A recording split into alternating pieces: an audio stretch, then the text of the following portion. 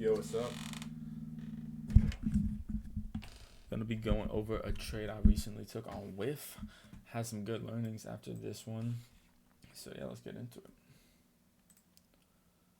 Starting out on the high time frame, we've been in a long time downtrend. You have this wick low below that I think swept the all-time low of the chart. So it's not necessarily a liquidity target due to, the fact that it swept a lot of liquidity, but just, with how close price is coming to it and how much time it's spending near that point, you could definitely start building liquidity at that point.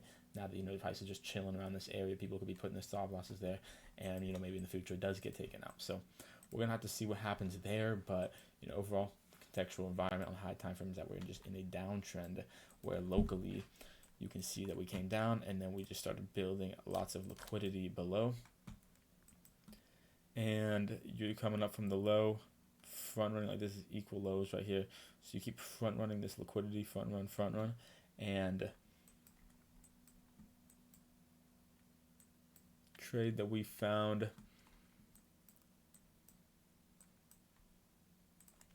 Let's see locally here. Let's map out the POIs. Locally we came into some pretty high quality supply right there, and then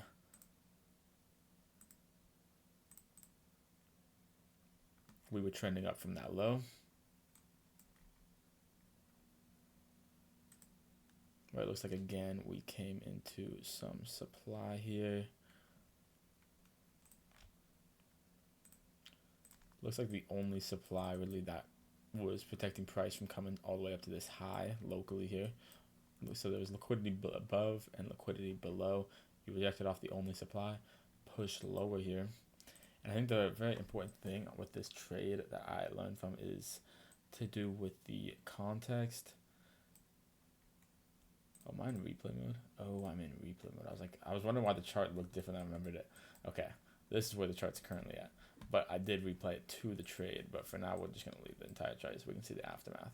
I was a bit confused because I had this chart set up from earlier today because I was going to make this video earlier and then got busy with other things. But yeah, anyways, so we rejected off that only supply. Locally, the trade was within here. So we can't honestly just bring it back to that just so we can go on the lower time frame. So we rejected off of that supply there, and then we locally broke structure to bearish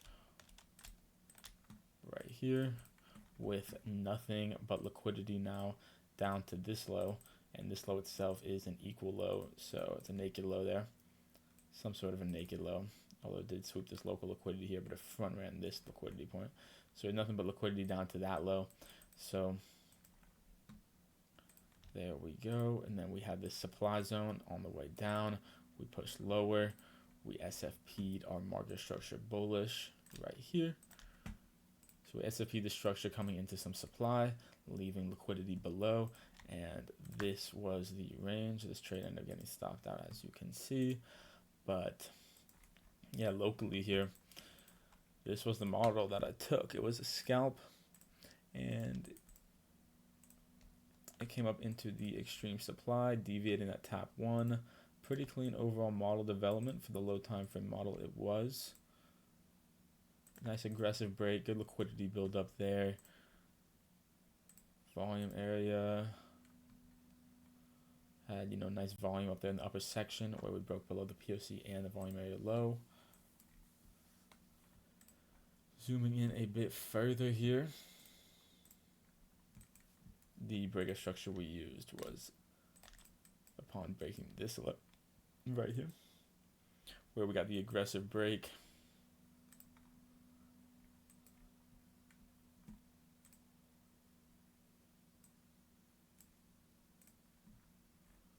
Right here, and then we got the retest of this overlapping low time frame supply there. I'm sure it's, so you have some structure on the 32nd there. So this was your overlapping POI right here. But you can also just use this entire break where you had this overlapping supply, and then I entered on the retest of this supply here.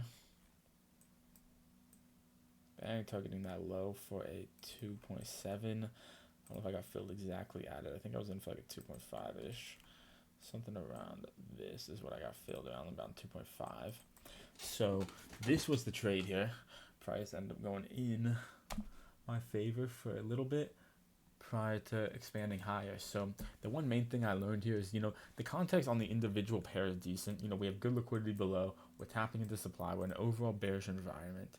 But if I go over to Bitcoin here, as this model confirmed, I can just do my exact entry to make that clear, just so we can see where price was at the exact entry, because that's what really matters, is where you're at the exact entry. Right here, somewhere in there is where we entered. This was the model. Looks clean. Looks like I can easily get that flush and then potentially have some room to run here down to this naked low, which can be a pretty solid RR. But Bitcoin, on the other hand, locally, got some pre-planning I made, but we'll ignore that for now. Locally, Bitcoin was in this confirmed distribution here, making its way down, seeing some exhaustion to the downside locally here, and at the exact moment of entry, we were actually coming into demand on Bitcoin with liquidity above. So pretty opposite price behavior from WIF on the low time frame here. So although we are in a pro context on the high time frame, locally, the most relevant time frame, this model, this trade on this price on Bitcoin on this move down is actually in a semi counter environment, because you're coming into demand, sweeping liquidity while having local liquidity above, where you can easily, then come back up and take it, even if you are intended to distribute here. So even if you were intended to distribute there, you could easily bounce here. So it does create that semi-counter context on Bitcoin.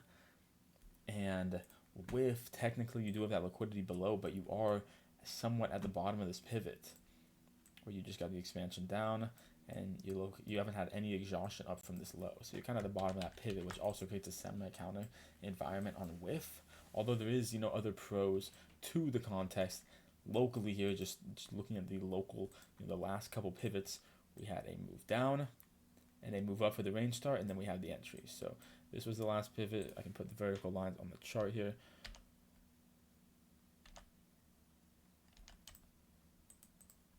To clear things up, to really, explain this context, is that your previous pivot was up here, you were trending down, your range starting point was on the first pull up from this downtrend, and your confirmation, was right there. So,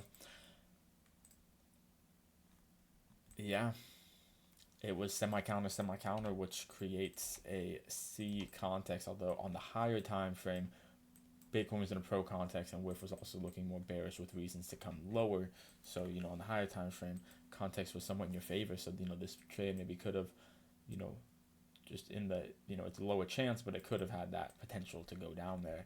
But so really just, my main takeaway is when you're trading these lower time frame models, the majors context really needs to be in line. That is the most important thing there. And as we can see, price ended up reversing back up there, and in the process of that happening, Bitcoin tapped into the demand and then started curling up, kind of locally even accumulated here. So Bitcoin kind of had that local accumulation, which caused WIF, as we can see here. We go back to expand much higher there. And if we want to look at the overall aftermath of this, we'll leave it there for now, just so we see where we were at. The overall aftermath of this is price ended up coming much higher, and still this liquidity is still intact. So we took the L there. We took that, on a bit lower risk on a secondary account. It was not a prop firm worthy trade. So, that was a good thing on my execution, was seeing that. Kind of just took it more for the runner potential. And as you can see, now we have our own higher time frame range going on above all this liquidity, which, has literally an equal low as its starting point. So that's nice liquidity target there. So just future trade idea I am looking at, so you can look at as well, is for price to ideally come down and mitigate this massive, demand POI from this push up, and then work its way back up into a third tap. And that would be a very clean model with great liquidity below, where I'd probably just take profit here, but we'll just let run until Bitcoin because this distance, although you're likely to come down to here with this size of a model above this liquidity, it's like that RR isn't really anything crazy. And then you could leave it to run if Bitcoin has a lot of room to run lower by the time it completes. That's always another thing, but that's speaking way too in advance. If WIF decides then to just peel up here prior to mitigating any of this demand, which let me check real quick, but if I'm not mistaken, it's mitigated on the lower time frame.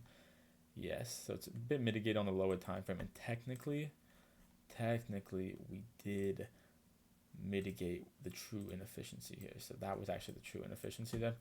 So the true inefficiency has been mitigated, so that's nice. But for this model, I'd really like to see a deeper move now into this range. Seeing some rejections. I would really like to see a deeper move down into this range, because we can see that the volume profile is in the lower section of the range. So it'd just be nice to kind of build out the overall ranging price behavior by doing something like this prior to getting that confirmation, to really be able to draw that curve from the low cleanly all the way up, that curvature of liquidity all the way up into your breaker structure. But if we don't go much deeper into the range, I will, and this is also a high quality opportunity, be looking at this range here. Be looking at a range to form inside of here, where who knows, maybe price even wants to come lower first, but eventually could create some sort of a distribution looking somewhat like this, which then you can also, if you just take this local model, you can even leave it to run down to here. So yeah, those are a couple scenarios I'm watching on WIF and the overall market. If you guys got any questions, let me know. Appreciate you for watching.